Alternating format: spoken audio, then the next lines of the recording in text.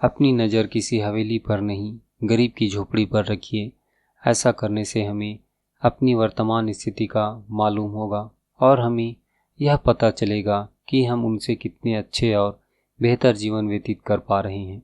झोपड़ी वाला अपनी नज़र फुटपाथ पर रखे और फुटपाथ वाला अपनी नज़र किसी अंधे लंगड़े पर रखे, ताकि हमें यह एहसास हो कि हम उनसे कितने बेहतर स्थिति में हैं।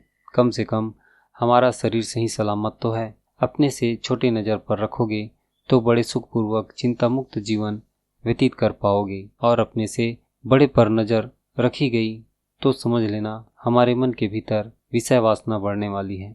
आगे बढ़ने की प्रबल इच्छा हमें गहरे अंधकार की ओर ले जाने वाली है, क्योंकि मनुष्य खुद को बेहतर करने के लिए महत्वाकांक्षी विचारों के अधीन होने लगता है, और जब हमारे महत्वाकांक्षी विचार हम पर हावी होने लगते हैं तब ऐसी स्थिति में अच्छे एवं बुरे की परख करना भूल जाते हैं।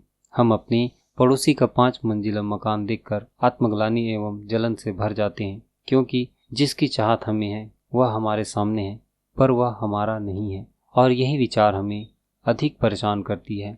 और यह भूल जाते हैं कि उन्होंने कितनी परिश्रम करने के बाद उन्हें यह हासिल हुआ है, जिसके परिणाम स्वरूप इतने बड़े घर का निर्माण किया गया है। यह उनकी निजी आवश्यकता भी हो सकती है। सपने देखना गलत तो नहीं है, परंतु जो लालच एवं स्वार्थ से निर्मित हो, यह अवश्य ही हमें अपने रास्ते से भटका सकती है।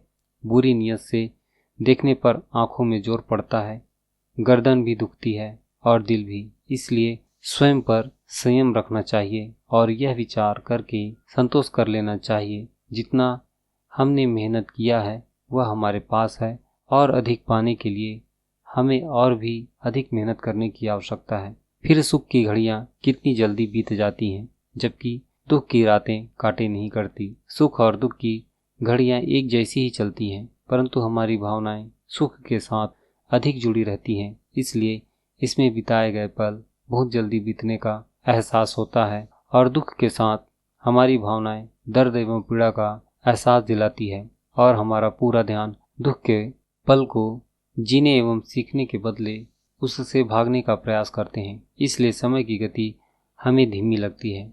जैसे ही किसी स्त्री के संग समय बिताने की बात आती है तो समय कैसे निकल जाता है पता ही नहीं चलता, और इसके विपरीत हम किसी शत्रु के साथ रहें तो हमें सदैव भय लगा रहता है कि हमारा कुछ नुकसान न कर दे। यहाँ पर संबंध प्रेम और डर से जुड़ा है।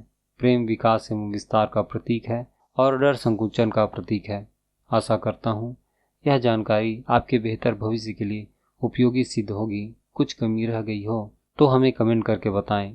हमारे चैनल को एक लाइक शेयर, और इस चैनल पर नए हैं तो सब्सक्राइब अवश्य करें और बेल आइकन को दबाना ना भूलें। आशा करता हूँ अगले वीडियो में फिर से आप सभी से पुनः मुलाकात होगी। हमारे इस प्रसंग को शुरू से अंत तक देखने के लिए आप सभी का एक बार फिर से बहुत बहुत धन्यवाद।